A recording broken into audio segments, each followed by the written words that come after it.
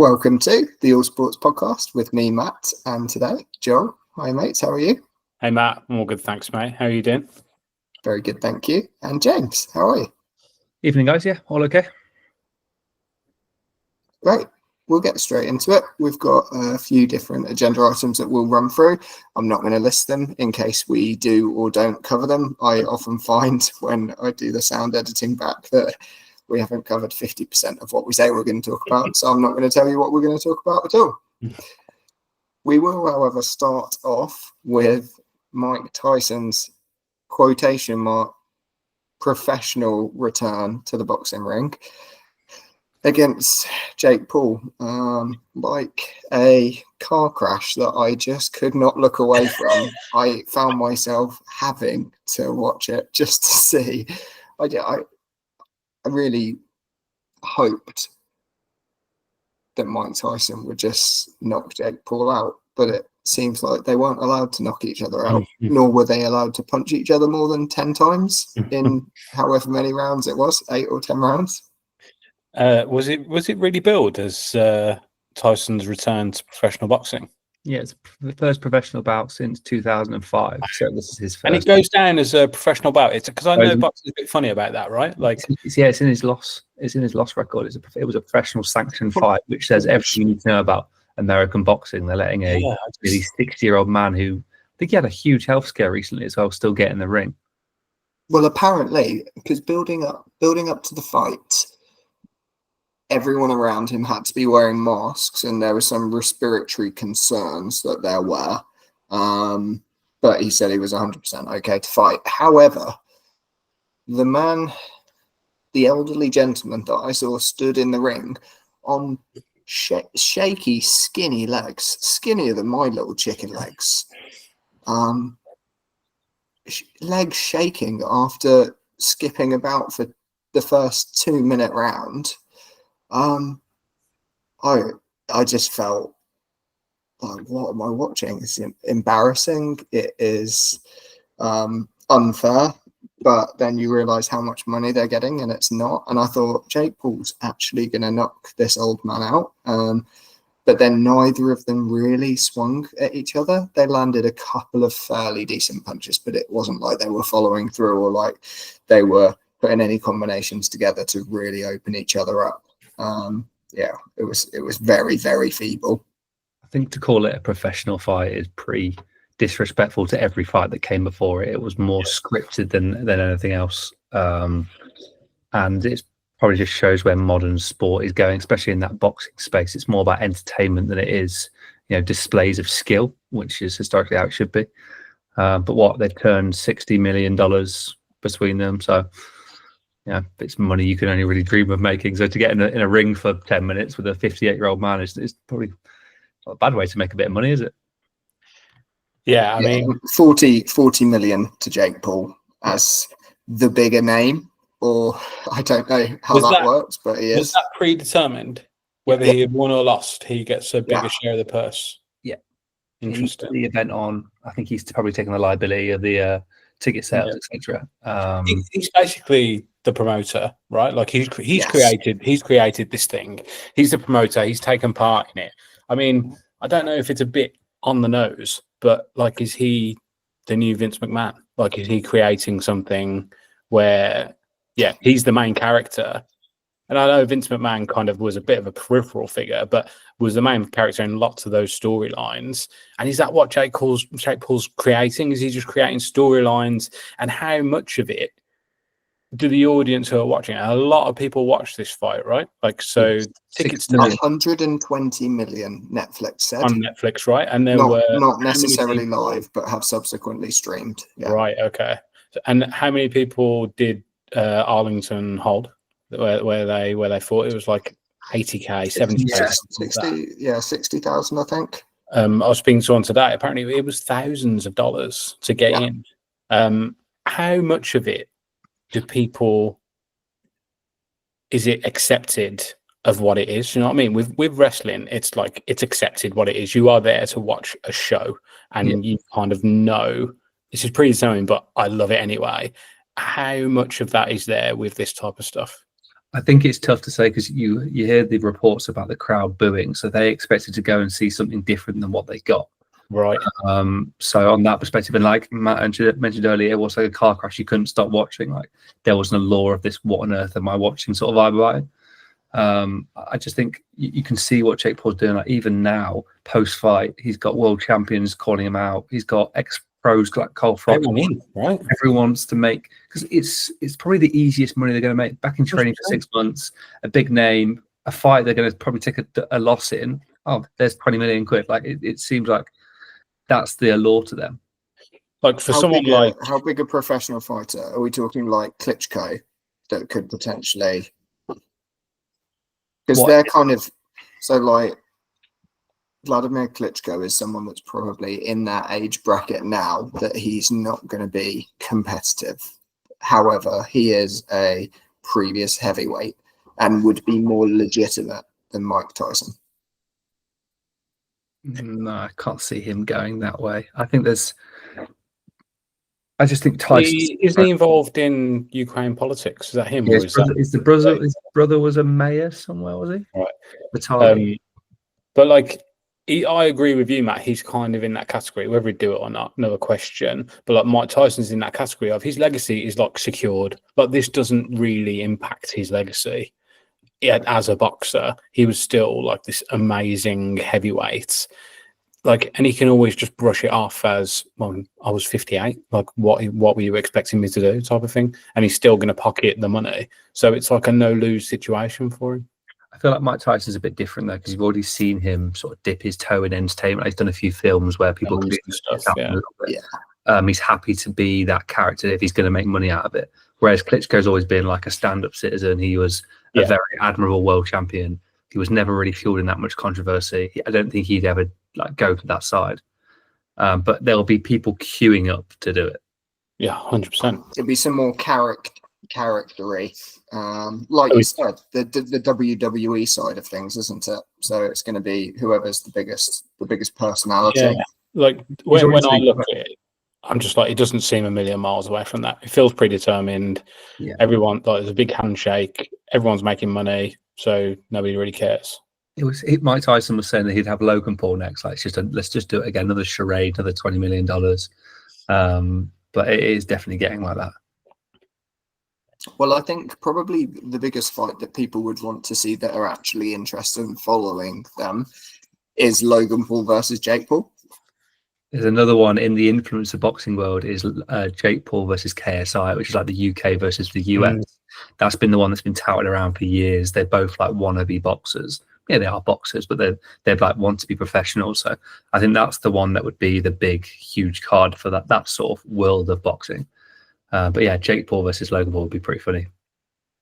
Yeah, again with that, like, KSI, is that what people want to watch? I mean, they're not boxing fans, right? People who are watching that aren't boxing fans. No, they're influencer fans, really, aren't they? Yeah. Like this all started years ago. KSI was like one of the first influencer boxers, and now you see like Misfits and DAZN doing things together.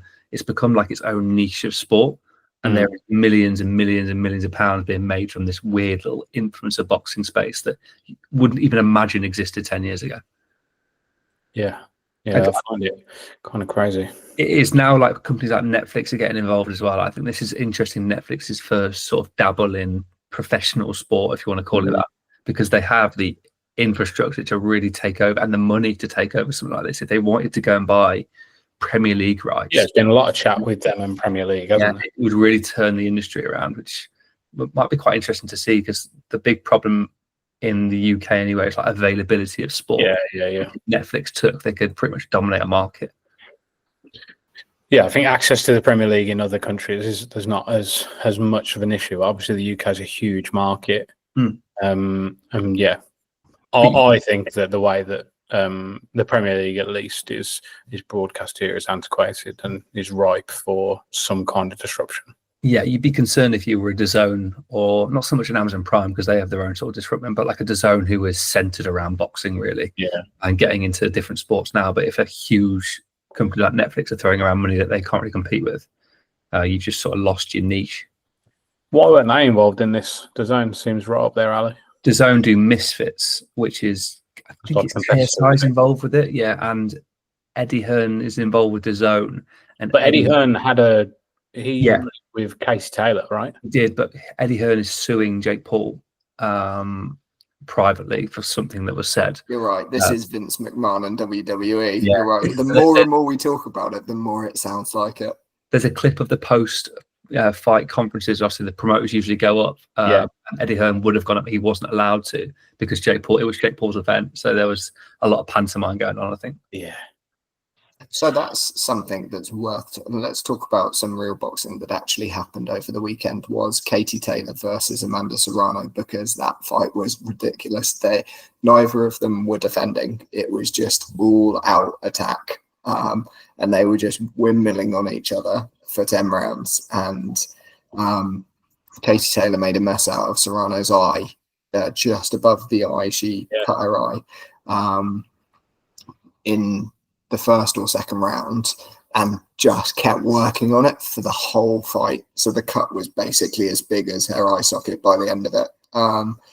She's got a bit of a reputation, Taylor, for headbutting, for like using her head like in an accidental / it's going to do damage type of way. So this came up in the fight, and she got deducted a point. However, when she got deducted a point, they were both leaning in with their heads and not looking at each other. Yeah. But I think because of her history, it went against her. But she didn't. I think I was looking at the stats. She landed less punches. Yes, she did. She did. She landed less punches.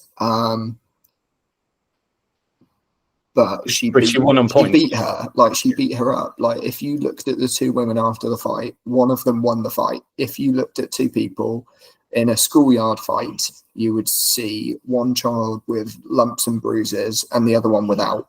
And you'd say, who won the fight? You're not going to say the one that didn't get their face smashed in won the fight. Yeah. So I understand she landed more punches, and she did, but they weren't like impactful punches that like rocked her. She got rocked once, and Katie Taylor looked a bit weak in the legs, but that was the only time. The rest of the punches didn't really do a lot of damage, whereas Katie Taylor just split her face open. So interesting argument for boxing. Should you be scored on the fact you can take a punch well, or should you be scored on the fact you're letting in 110 more punches? That shows your defense is very good, but you can take it. It is a weird way. I just think the whole decision-based things in boxing is so difficult. If no one they both knew it was up for grabs in the last round, and they were just windmilling, which was quite fun to watch. It was all three judges went for the same score, didn't they? So controversial, tight. Yeah. I mean, as long as three judges agree, I guess that's the way it has to be. Yeah. I feel like I'm not that close to boxing, but like I'll follow the big fights and I'll like follow the reaction to them and whatever. And I can't remember a big fight that ended on points where people agreed with the call. Do you know what I mean? Like as I said, maybe it's a type of people that I see the opinions coming from or whatever. But I just always see a lot of controversy with judge calls. Just don't know how you fix it. Do you just say if no one gets knocked out, it's a draw? Because it would definitely open up boxing, wouldn't it? There would be way less tactical boxing if you knew you were going to draw over a match. But yeah, it's an interesting one because judges always seem to get that robbed, biased judges. It's definitely difficult. One sport this weekend that was unanimous and nobody could disagree was the race to Dubai in golf. With how was that? Happy with the segue? Lovely. I'll do it again. Doesn't pretty need good. to take two. Pretty good. Yeah. So it was actually the Dubai World Tour Championship, the culmination of the Dubai World Tour that happened this week, obviously in Dubai. And Rory McIlroy both won the event, the Dubai World Tour Championship, as well as winning the DP World Tour too. He didn't romp to the win in the event, but he definitely did in the tour rankings. Kind of makes me question how competitive the race to Dubai actually is versus the PGA, though. Considering he only played 12 tournaments when second place played 23 and third place played 26 events. I think that speaks to Rory McIlroy's form as much as anything. Like if you look at I think he's got something like 6 second places in 10 starts, which is just mental to think about. He's been consistent for a long time. Yes, He's not winning, is he? He's not winning, but he's always there and thereabouts. Like you don't see that a lot. You see people win, but they might miss a cut the week after. That's very usual in golf. He is always in the hunt. And I think he loves playing in Dubai as well. It just seems to be sort of suit his style of golf. And it wasn't like a free scoring 4 days. I think he won on 15 under, which these events you can usually get 19, 20 under in some of these. So yeah, it was a good. I think he got confirmed halfway through his day as well. So it wasn't like he had loads of pressure coming in. He just wanted to win that tournament as well as the race to Dubai. But yeah, another $5 million in the kitty and so close to an all-time season. So he's won the DP World Tour 3 times on the bounce. Yep. 6 times in total. The DP World Tour World Championship is the final event. The race to Dubai is the season-long thing. Yeah, sorry, yeah. The World Tour, by World Tour, I mean the race to Dubai. Yeah, so the actual, what was historically, quotation, the European Tour. Yeah. He's won that now 3 times on the bounce and 6 times in total to now go level with the great man.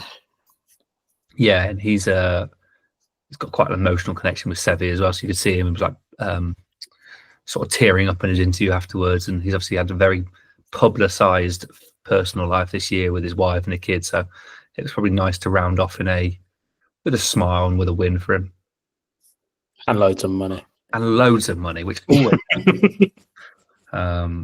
But yeah, I just feel the golf's a bit of a weird one because I think we only have maybe only a few weeks off and then the season sort of kicks up again. Yeah, I feel like golf's always on. Yeah, I mean the big events don't really start till late January, February. And then you've got the players in March, and then the majors kick off every month, so they'll have a bit of a break.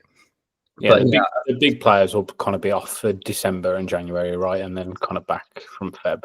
Yeah, and a lot of these European golfers who went to live have kept their DP status for next season, which I think indicates where that's going. Like there will be an agreement made. Like none of them have lost their privileges, so all the Rahms, the Hattons, they'll all still be able to play in the Ryder Cup as well, which will be good for us. Did you see Hatton snapping his clubs? Oh, he had a bit of a paddy this week. I feel like it's losing its. I did used to find it quite endearing. Yeah, one of us sort of vibe. Yeah, but I feel like it's losing that a little bit. Yeah, I think I saw on his glove on the final day he'd written "Be nice" to himself on his own glove. He's still taking the mick a little bit, which is, I guess, it's still quite fun. But yeah, I think that's probably it for the golf for a bit. Nelly Corder, I think she won in the ladies' event. She was going head to head with the Charlie Hull, who were like the 2 most topical golfers on the LPGA tour at the moment. So they had a good headset, which was good. Charlie Hull was talking about pace of play, wasn't she? Yeah, she said you get 3 strikes, and then when you get told once, you get a 2-shot penalty. You get told twice, you lose your tour card. You won't have slow play after that. Yeah. That's one way of doing it. But yeah, the other thing in golf that I want to talk about, the Ryder Cup. Have you seen this? The payments they're talking about, the product, because Ryder Cup as a tournament, as an organisation, makes so much money, hundreds of millions, and the players are getting nothing. They got a little donation before, but they are the product, so I think it's right they get comped in some way. McIlroy had his say, didn't he? He said none of the players who are getting the 400 grand are going to need it. No, agreed. But they should at least, even if they want to donate it, they should be getting paid something from all the money that's being made. Yeah, it should be their choice. Yeah, just because they don't need it doesn't mean they haven't earned it. Right. Yeah. Shouldn't be expected to play for free. I think that was a bit of the fallout last year in Italy. Was Patrick Cantley wasn't wearing a hat. That whole, he was like, "Oh, I'm not getting paid." That's sort of what kicked all that off. So maybe he'll be a bit happier. Yeah, I've forgotten about that. Yeah, he's not getting paid enough, clearly. Yeah, on the theme of influencers mixing in with the professional sport, have you seen Bryson's trying to get a hole-in-one over his house? Yeah, it's going viral, isn't he? He's on day 7. He's getting so. I think I saw day 5, and the last 3. Or maybe it was day 4. The last 3 were all within a foot. It was absolutely mad. How do they do that? Every day he gets an extra ball. So he's Even I think even the first day he was maybe half a foot away. I was Yeah, like, it "This is gonna really be a long was the challenge." first shot. But And yeah, also, his house is like floor to ceiling glass, Yeah. and all I'm thinking is one knife, one blade, and you're. do you think it would go more viral if he made a hole in one or if he put a ball through his house? Because I think it'd be the ball through the house. Yeah, I agree. I'd be sculling one on purpose just to see what happens. He can afford it. Oh, that. Cool. The best thing Yeah, is, see like, what- That house is, I just saw that house is nice. I mean, he's getting every day. He's getting over 250,000 views on these YouTube shorts. We looked at videos, didn't we, James, a few weeks ago for the PGA Tour and how many people were watching like their main major events, and it's in the double figure thousands. well, so some of the guys I watch on YouTube, one of them is on the Pro Tour. Wesley Bryan is the pro golfer on the PGA Tour, and him and his brother make YouTube videos. And they flew out all like the biggest golfers in, like there's like 5 or 6 of them in the world, like a couple from the UK. Biggest YouTube golfers. Yeah, so like the 5 best. Peter Finch and Exactly. And they did $100,000 skins match. And like the quality of this video was better than any non-major golf I think I've ever watched. It was like 2.5 hours of just like good videos. 2 million views in 10 days. Like it's just the people that are watching these things. It's just mental. Grant Horvat. He I mean he plays incredible golf, but I don't know how they get the pro golfers on their channels. Really big names, doesn't he? Yeah, he's played Mickelson twice, has he? Yeah, and Bryson, and I saw him playing with I can't remember his name. He played Morikawa as well. Yeah. That's who I saw him play, Colin Morikawa. Those ones all come from TaylorMade. So Grant's sponsored by TaylorMade. So just linking them up, are they? Yeah. So Michael Morris is the other one. He's done a video with like Rory McIlroy.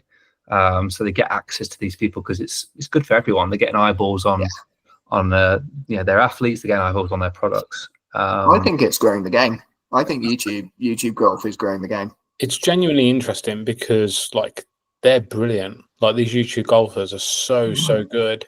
But then, and you want to see them, you want to compare them against the real like cream of the crop, and they still come up way short. And it's like, wow. Mm-hmm. Yeah, it's meant to. They say the gap between a professional golfer and a scratch golfer is further away than a scratch to 18 handicap. That's how big that gap is. Crazy, isn't it? Yeah, but just in terms of eyes on and the quality of things that are coming out, they're just dominating the sport really now. Yeah, I mean, even some of it, I think they've only just hit 150,000, but the four brothers that have more relatable handicaps, I think the lowest one's either 9 or 10, and the highest is 18 or 20. So, much more relatable handicaps. Who's that? Who's the four brothers? They're like a TikTok. They were like sort of born on TikTok, and now they started a golf group. They are quite funny, to be fair, but they are definitely like the younger lads' humor. Okay. And the quality of golf is like, if we went and played like that sort of thing, rather than the really good quality, which some people like to watch. I'd rather watch really good people because I could see myself do that. Like, there's no point me going. Yeah, do it. It's just more for the comedy element. I reckon my last round would have got a few views. Could have clipped up that guy on tee. Was it the par 3? No, it was a long one, but yeah, just this guy. Oh no, he was playing on the par 3. He was playing on the par 3. Yeah, their tee box was very close to ours, and they all waited for me to tee off, and I hit a shocking slice, and the one bloke just goes, "Oh dear," which is not what you want to hear. The kind of thing that sticks to you. Everyone else did the polite look away. Oh yeah, you're in bounds. Yeah. You'll find that. Yeah. It is this silence after a shot like that it's so painful. You don't need anyone to pat you on the back. That makes it worse. Somebody might say, "Oh, it opens up over there." Right. Meanwhile, James is putting holes into his golf bag with his 3-iron. Did I? Yeah, I think last time we played, you gave your golf bag one nice thwack. Oh yeah, there's a dent in my my company issued water bottle, which shows the anger of that day.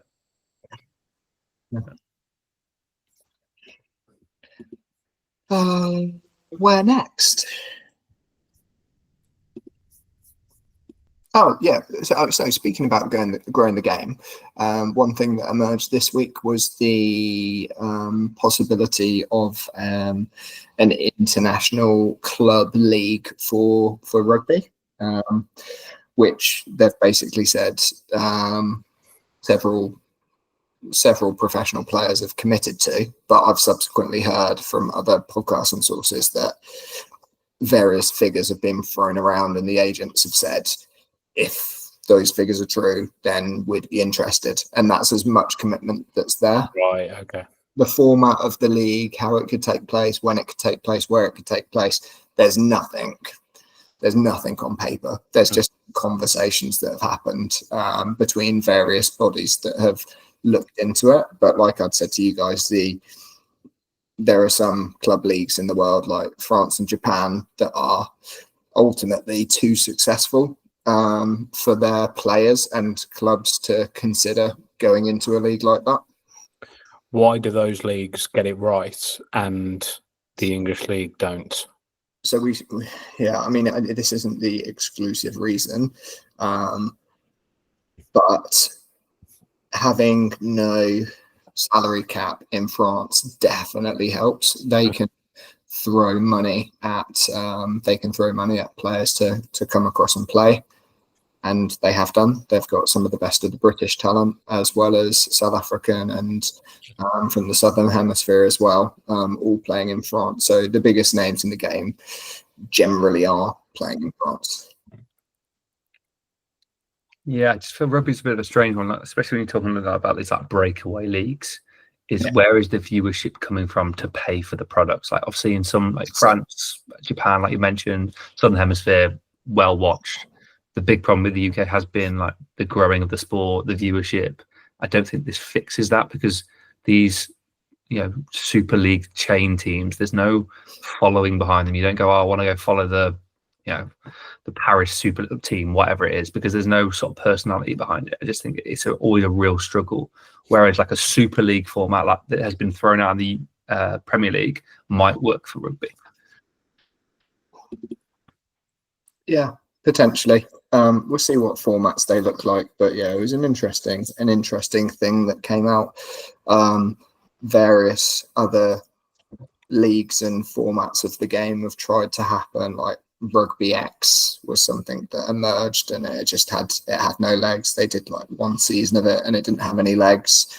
We've seen it obviously happen in other sports with T20 version of cricket. Like T20 didn't exist 15, maybe 20 years ago. T20 didn't exist, and now it's the most lucrative form of cricket, with the biggest league, obviously, with 1 billion eyeballs that you can have in India.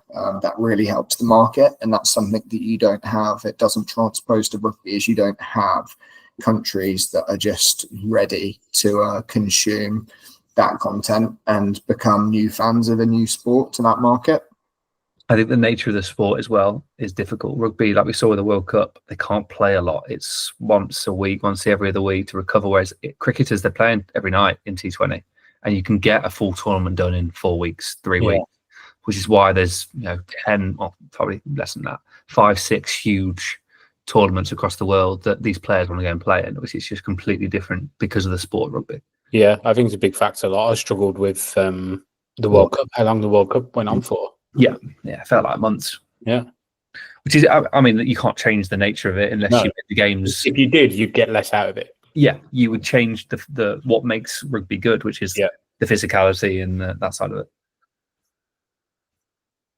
Yeah, it's something that we had in cricket. We've had England playing against West Indies over the last week, and what they played.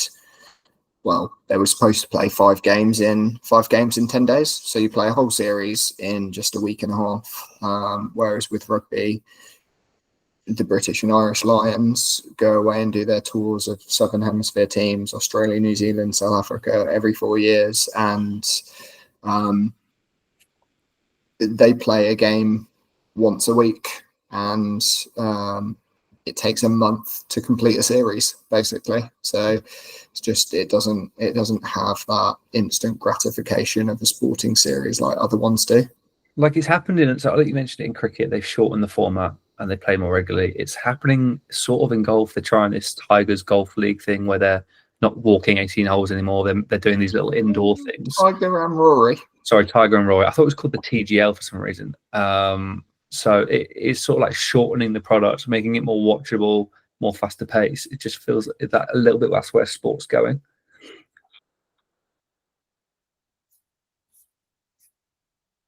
Or we could just bring it to football and just bring Masters football out every year. That'd be great. Is there a Master? I feel like I've seen some clips. In Mooted, it's coming back. I feel like I've seen some clips of something happening. Bruno Alves, former Portuguese centre half. Oh, yeah, there's a Scottish version going on. I saw Is that what it is? Yeah, Joe Ledley was playing for Celtic as well. Right. Yeah, that looked great. Well up for that. Yeah, I think they were talking about doing the Premier League one again, which would be great.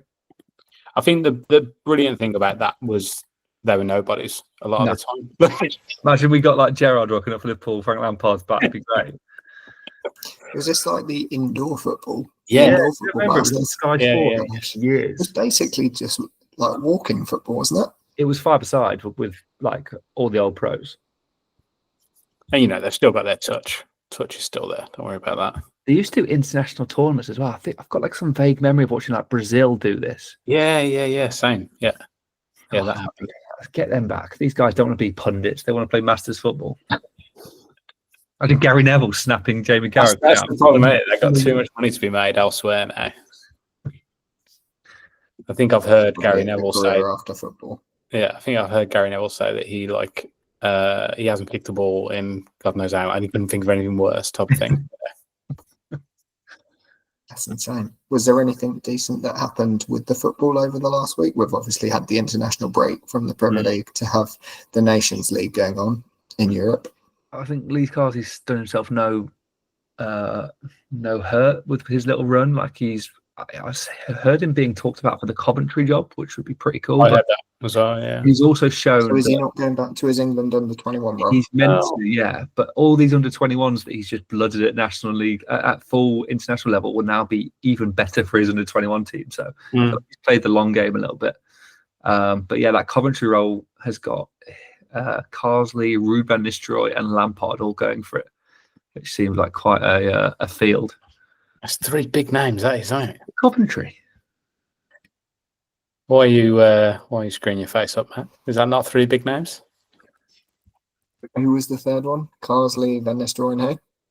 Frank Lampard. Frank Lampard. I mean, he's a big name, though, isn't he? He used to be a big lad. We used to say Fat Frank Lampard. Anyway, that's just for you, Dad, when you listen to this. They're not 3 big names in terms of successful football, like Premier League or top European club football. I wouldn't consider them to be. As players, 2 of them certainly were. Yeah, they're big names, but I don't think they're big managers. No. I don't think they're necessarily, yeah. I think Van Nistelrooy has got some real promise.